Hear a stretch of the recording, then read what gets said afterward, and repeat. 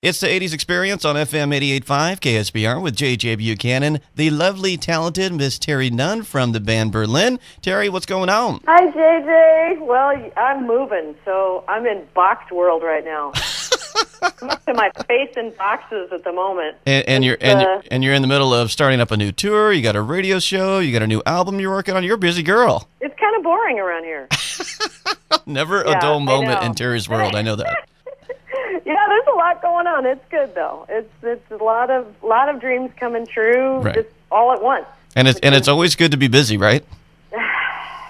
Yeah, this is nutty, but it's a nutty busy. Yeah, it's a nutty busy. Yeah.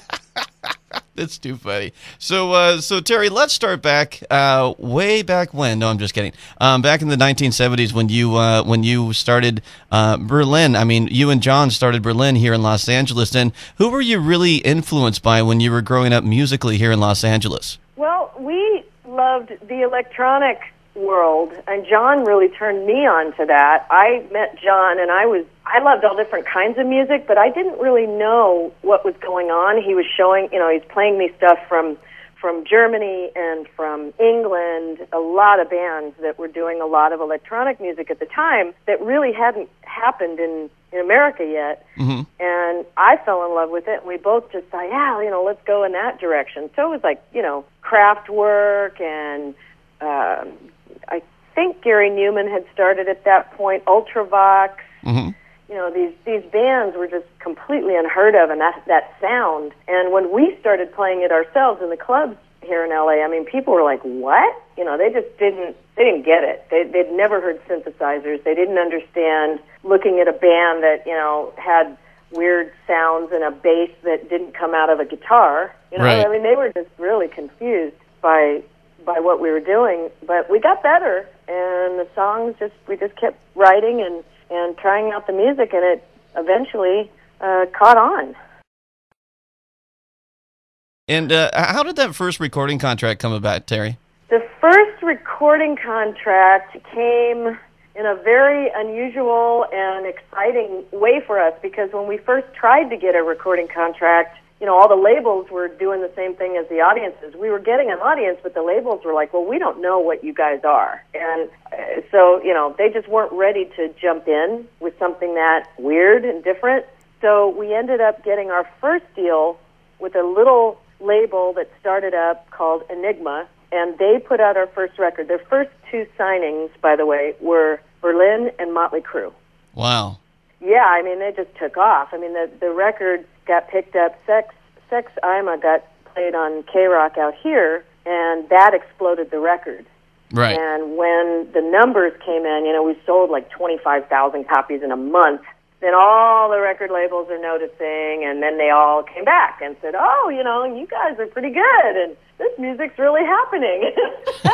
So that was good for us, because then we got to choose, which label would give us the most commitment, and they were all different in terms of money, mm-hmm. But luckily we were at least smart enough to pick a label, which we did, Geffen, who offered the longest commitment to the band.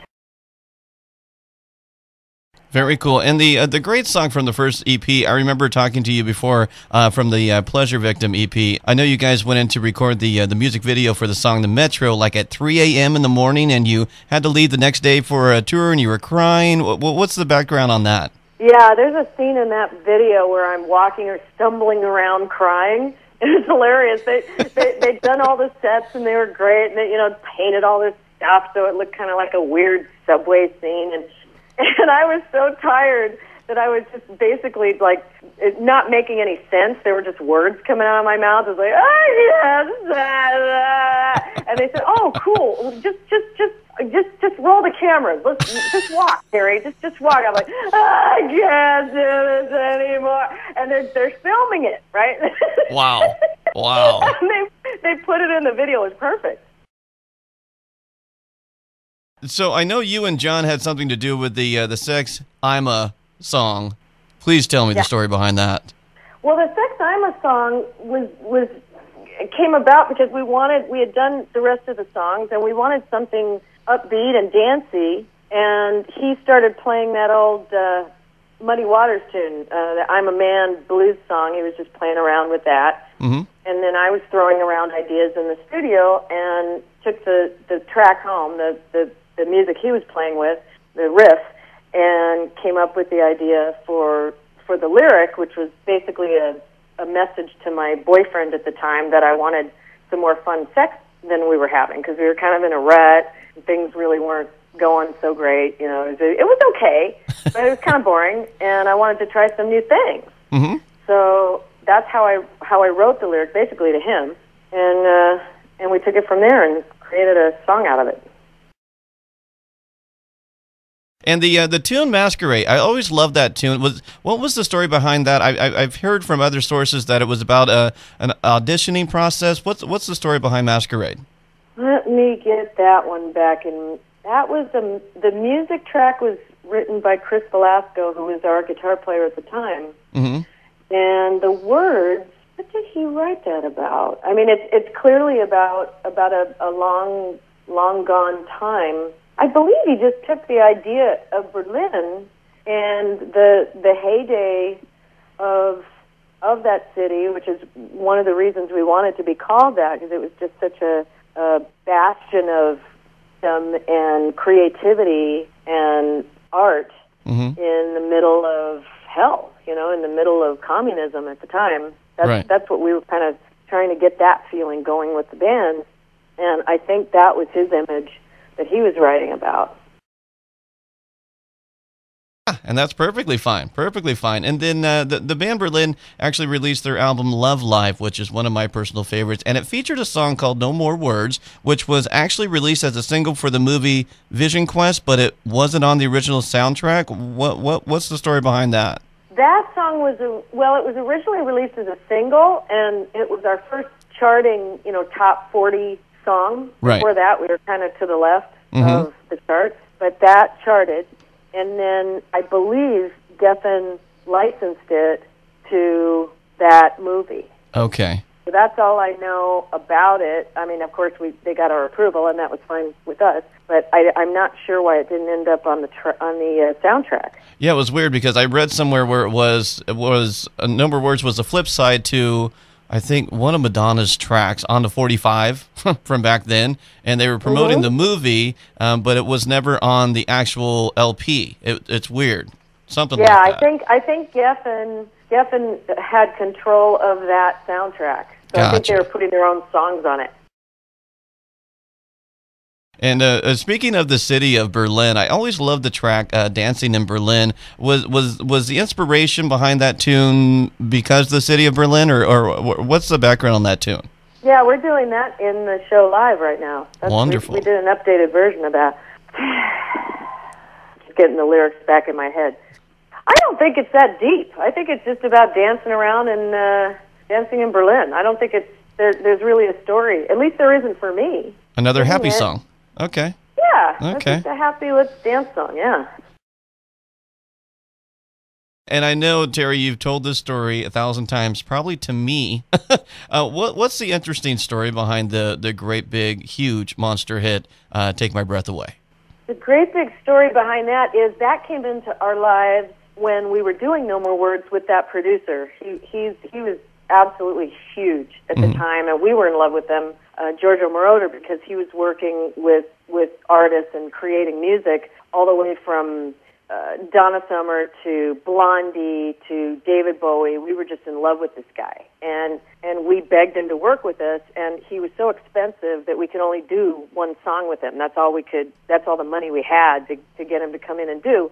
Wow. So he did No More Words and brought in, while we were recording that, he brought in Take My Breath Away and said, I'm doing this song, and it's going to be in this huge... I've got to do his accent because that just makes it better. He's Italian. So I'm doing this song, and it's going to be in Paramount in this new movie. Oh, my God, it's going to be Tom Cruise. It's going to be huge next summer. Oh, my God, you got to do this song.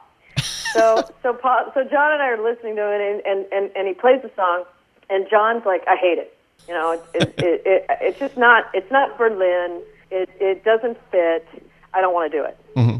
So I was the other way because I love romance, and it was supposed to be the the big romantic song of this movie, and so I wanted to do it. And Geffen was like, "Do it! You know, are you nuts? You got to do it." Right. So, so we did it, and that created even more of a problem with me and John, because then it became a hit, and now he has to play it every show. Yeah.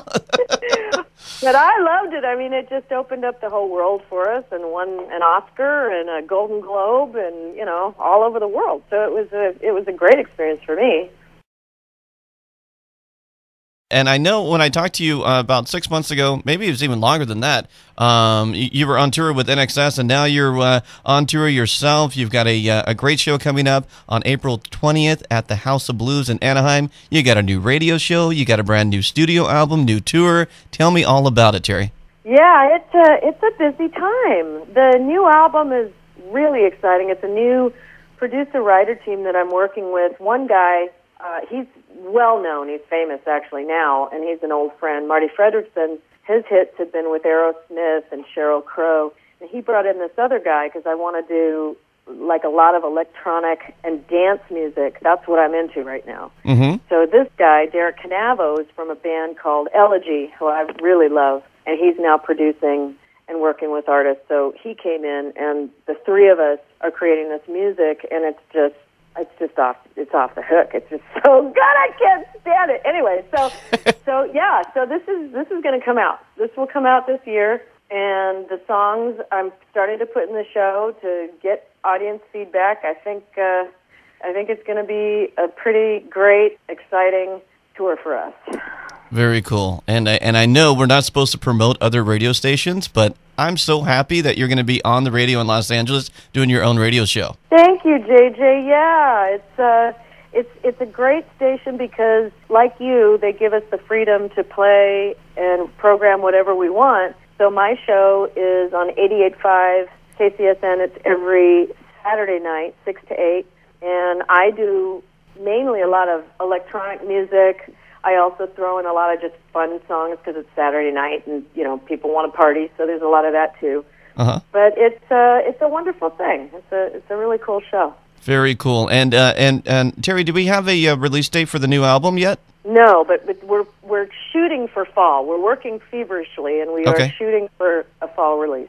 Okay, wonderful. Well, Miss Terry Nunn, thank you so very much for being a part of the 80s Experience tonight. I really appreciate it. Thanks for having me on your show, JJ. You got it, Terry. Anytime. Appreciate your support. You've been there a long time. Thank you.